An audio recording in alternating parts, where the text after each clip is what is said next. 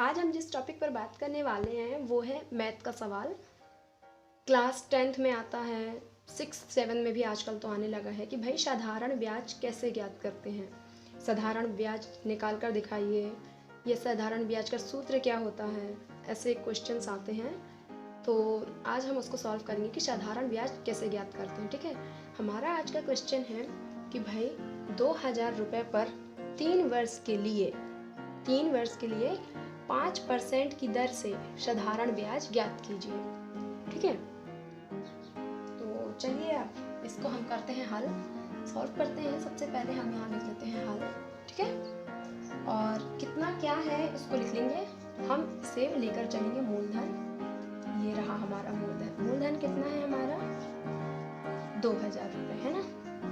फिर दर क्या है अपनी? दर है हमारी 5%। ठीक है, फिर अवधि यानी कि समय क्या है हमारा? 3 वर्ष है ना। यहाँ पास आपका आज का सवाल है कि साधारण ब्याज का सूत्र क्या होता है, यह साधारण ब्याज कैसे निकालते हैं। ठीक है, तो उसके लिए हम सबसे पहले लिखेंगे सूत्र। ठीक है, सूत्र क्या है साधारण ब्याज का? साधारण ब्याज बराबर क्या होता है? मूलधन इंटू दर इंटू समय। ठीक है, ये होता है। और क्योंकि हमें परसेंट में दिया है इसलिए सॉल्व हो जाता है, इसका सूत्र ही है ये। फिर देखिए हमें साधारण ब्याज निकालना है, इसलिए हम साधारण ब्याज की जगह को छोड़ देते हैं। मूलधन में हमारा कितना है? मूलधन 2000 इंटू दर क्या है हमारी? 5%। परसेंट को हमने 100 में लिखते नीचे, इसलिए हम 5 लिखेंगे। फिर इंटू समय कितना, या अवधि या समय कितना दिया हमें? 3 वर्ष है ना। ये हम इस तरीके से जमा लेंगे। फिर हमारा ये 2 जीरो से हम इन 2 जीरो को काट देंगे। क्या बच रहा है? 20 इंटू 5 इंटू 3। ठीक है, फिर नीचे तो कुछ नहीं बचा, 1। ठीक है, फिर देखिए इसका इंटू हम करेंगे इसमें। क्या हुआ? 20 का इंटू जब 5 में होगा तो हमारा आएगा 100। ठीक है, फिर इंटू का फिर 3 का जब इंटू होगा, 100 का इंटू जब 3 में होगा तो हमारा आएगा 300। यही होगी हमारी साधारण ब्याज। ठीक है, ये रही हमारी साधारण ब्याज। इस तरीके से हम साधारण ब्याज वाले सवाल सॉल्व कर सकते हैं। देखिए आप लोग को समझ नहीं आ रहा था या दिख नहीं रहा था, उसके लिए मैंने ऐसा किया है।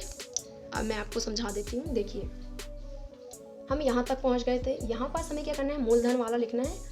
मूलधन जितना होगा आपको वो लिखना है, दर आपकी जितनी है वो लिखनी है, फिर आपका समय है वो लिखेंगे। फिर हमें ये 2 जीरो से इन 2 जीरो को कट करना है, बचेगा 20। हमने 20 लिख दिया।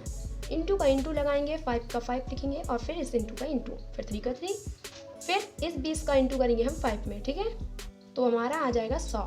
आपको इंटू करके दिखा देती हूँ 5। ठीक है, 5 शून्य शून्य और 5 दूनी 10, ये आ गया आपका 100। ये हमने लिख दिया। ठीक है, फिर इंटू करेंगे, फिर 3 लिखेंगे। अब 3 का इंटू जब 100 में होगा क्या होगा? देखिए इंटू करके दिखाती हूँ आपको।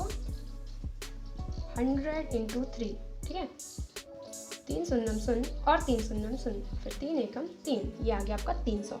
तो यही होगी हमारी साधारण ब्याज। ठीक है, तो इस तरीके से हम साधारण ब्याज वाले सवाल सॉल्व कर सकते हैं। साधारण ब्याज का सवाल करने में केवल हमें उसका फॉर्मूला यानी कि सूत्र याद करना होता है, और याद करने की भी जरूरत नहीं है भाई। साधारण ब्याज हम देखिए, ब्याज है तो वो तो दर से ही निकलेगी, और भाई कितने का निकालना है ये तो आप क्वेश्चन में देकर होगा, तो वो हो गया समय। फिर किस पर निकालना है? मूलधन पर, तो वो हो गया आपका मूलधन। साधारण ब्याज का सूत्र बहुत ही ईजी है।